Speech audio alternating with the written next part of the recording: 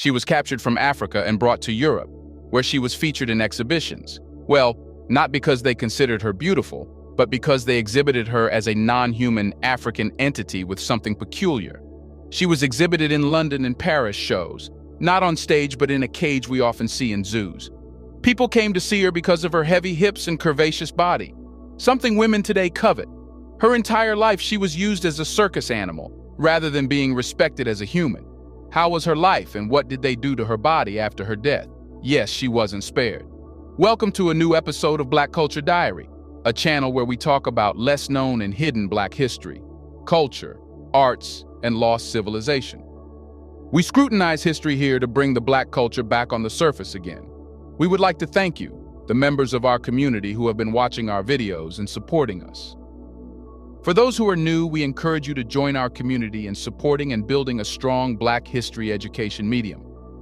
In this episode, we will tell you the tragic story of Sarah Baartman, an African woman who was exploited her entire life and even after life.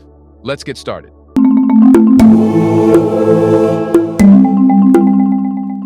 Saartjie Baartman was born in the year 1789 in the faraway land of Gamtoos River in the Eastern Cape, which is today modern South Africa. But her world was not a peaceful one. Her parents were ripped away from her at an early age, leaving her to face the harsh world alone. Her mother's death when she was a mere toddler and her father's departure during her teenage years cast her into a pit of despair and isolation. She had a husband, but a Dutch colonist took him away forever, leaving her heartbroken. And if that wasn't enough, she also lost a baby who didn't get a chance to grow up.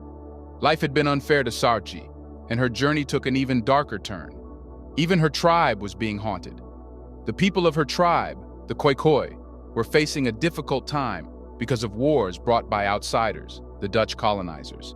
These battles were like storms that destroyed the Khoikhoi way of life, causing pain and suffering. It was a time of great sadness, as the Khoikhoi people and their ancient culture were almost wiped away. The Khoi tribe's blood ran through her veins, which gifted her with distinct physical traits, but those traits proved to be sources of suffering. She, much like the women of her tribe, had a lighter skin tone and well-developed hips. Since Dutch had been plundering her tribe, she was captured and sold to a white farmer named Pieter Cesar. He took her to Cape Town, where her name changed to Saartjie, a small word that sounded like Sarah in the Dutch language. But her new life was far from being a happy one. In the year 1810, something extraordinary happened. Pieter Cesar's brother, Hendrik Cesar, and a doctor came to Cape Town. They looked at Saartjie and were fascinated by the things that made her different from them.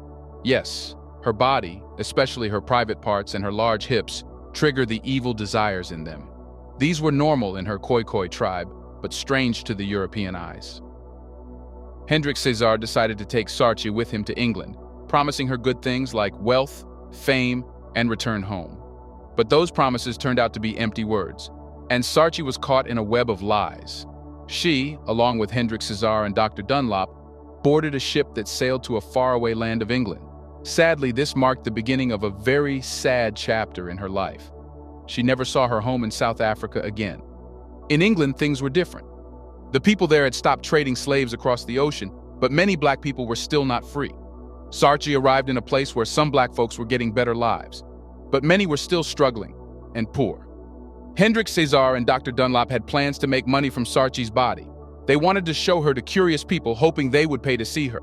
They even tried to sell her to a museum, but they only bought a giraffe's skin from them. Hendrik Cesar didn't give up. He saw a way to make money by showing Saartjie to crowds of people who came for different reasons. Some were curious, some were disgusted, and some even had strange thoughts about her. Even though many people wanted to see her, no one really knew how Saartjie felt. She must have been sad and scared, but nobody wrote down her feelings. Some writers from that time saw her crying and asking not to be made to dance in front of the audience. She was in pain, but her keeper didn't listen and forced her to perform. She was treated like a wild animal, caged and made to dance and perform whenever the master ordered. Before we continue further, tell us, are you enjoying the video? If yes, please like and share the video and subscribe to our channel to watch more videos on Black culture, history, civilization, and identity. Let's continue now. In the year 1810, things took a turn in Saartjie Baartman's life. An important person who fought against slavery persuaded a court called the King's Bench to listen to a case about whether Saartjie had agreed to come to England and perform or if she was forced. The man who had been showing her Cesar said she had come willingly and even signed a contract, but Sarchi never knew about any contract. The contract became her prison, allowing Dunlop and his accomplices to traverse different lands, flaunting Sarah's exposed body like a perverse sideshow. As they reveled in obscene profits, Sarah was subjected to the vilest of displays, paraded around in barely their attire.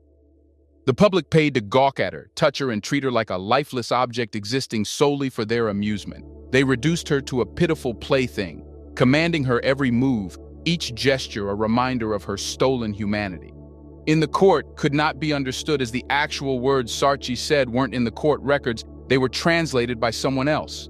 Whatever Sarchi said, it was translated and changed and told to the court. When Sarchi said she was captured, brought to England, and treated like less than an animal, the person translated them and said Sarchi was happy to be in England and didn't want to go back to South Africa. This testimony and the legal contract shown earlier played against Sarchi. But how could anyone with a shred of humanity believe that? Coercion hung heavy in the air, and her shaky command of the English language was a barrier to her plea for freedom.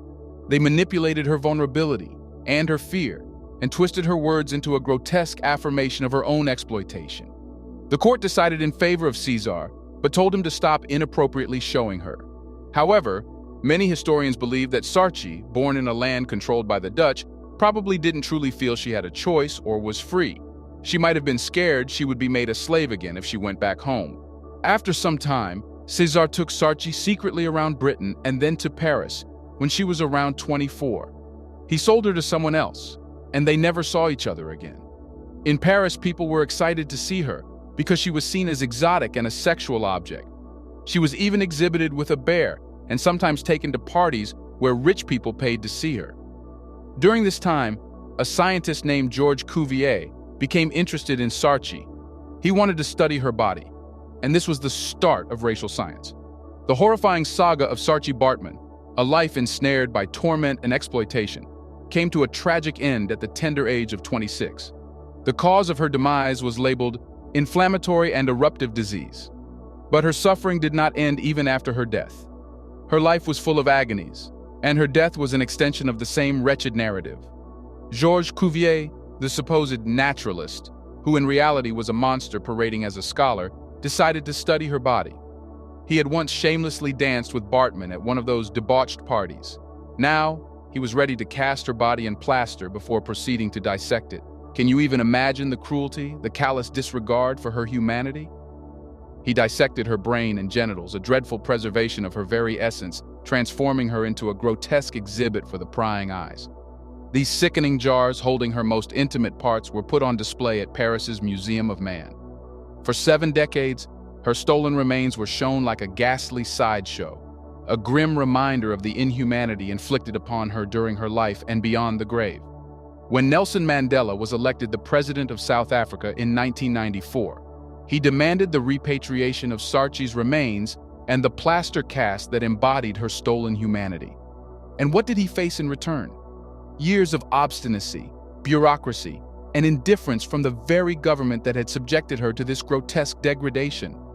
The French government, the so-called bastion of enlightenment and human rights, dragged their feet, playing a vile game of power and politics, while Sarchi's remains languished in a state of perpetual indignity.